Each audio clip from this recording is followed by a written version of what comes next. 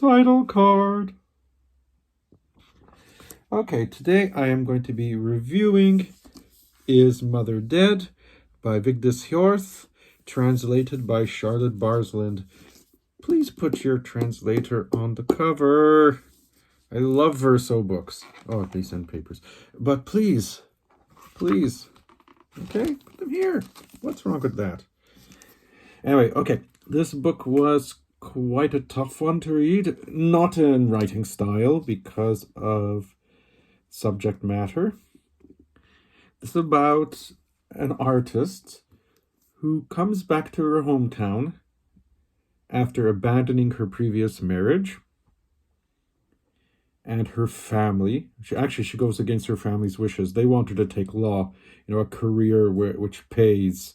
But instead, she leaves to the States to become an artist. And she decides to come back after 30 years in order to reconcile all her differences with her mother. So yes, this is the International Booker Longlist. It's another book about motherhood. It's been featured quite a bit, but I don't mind. This one, my goodness, this one goes into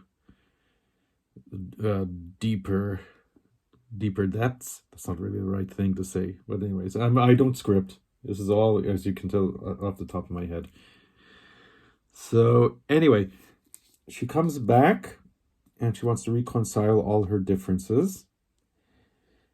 But she's not really capable of doing that. She sits around, for at least the best part of the book, she sits around and sometimes drives next to her mother's house, and all she does is worry about how her mother is going to react to her reappearance.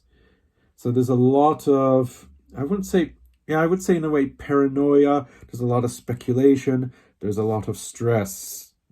And then Joanna starts going into her past. And then we start seeing that her relationship with her mother started out well, but then it became abusive, psychologically abusive. And then we go into topics such as mental health, self-harm in some cases, and rejection as well. I mean, you've got this child whose mother really wants her to be the perfect daughter, and she can't. She can't study law. She can't be good all the time. She tried to marry a good person who was the total opposite of her, but it didn't work out. She had to leave. And it's all in there. It's all her parents, not to totally blame her mother, but it's Joanna's want to be a good person or to be what her mother wants, which causes most of the stress. And then, in fact, going to America is her great way of escaping and getting rid of the shackles of the past. In fact, she does not even go to her father's funeral when he dies, and this is a big thing. This was her moment to make peace, and she blew it. But anyway, so a lot of this is speculation. And then she does finally, without giving anything away, she does finally make some contact, which only aggravates the relationship she had with her mother. That's all. I'll keep it there. There's a lot of symbolism in the book. There's one bit where her past is buried in a box, some secrets, and she goes to her neighbor's yard and unearths them. And that's what helps her. That gives her the impetus to move on. So that's, sort of, it symbolizes that you have to dig up your past in order to proceed to the future. There's a big Beckett vibe here. There's a lot of decay in this relationship. Lots of things are at a standstill. There's not that much progression in this book until the last 20 pages. Kind of like in Waiting for Godot. In this case, it's Waiting for Mommy, I guess, or Mom.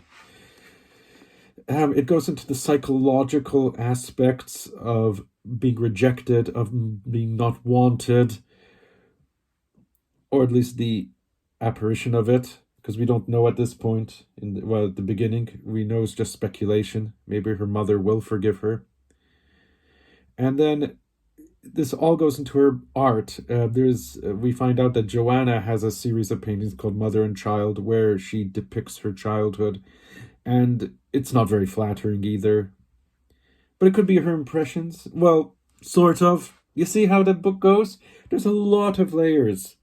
It works as you keep on reading. It just the secrets keep on going deeper and deeper, and the complexities of this strange relationship with Joanna and her mother, and to a certain extent her sister Ruth, just emerge and emerge and emerge.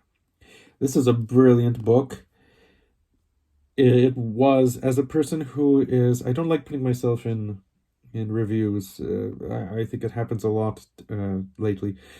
But as a person who tends to worry when someone is not responding, this book kind of, I could relate to this book to a certain extent. Obviously, my relationship with my parents is much different than what's in here. But it's, you can feel her pain, you can feel her anxiety.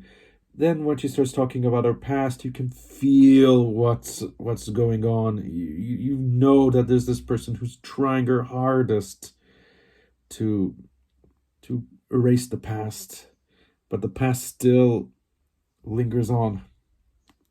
It's a fantastic book, absolutely fantastic. Definitely worth a read. Another top one from this year's Longlist. Let's hope the momentum keeps on, because I've read 4 great books. So this gets a 9 out of 10.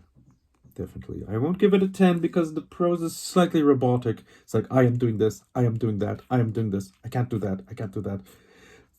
Sometimes it just a little bit doesn't sit well with me, but I overcame it, and this like I said again, this book just struck me.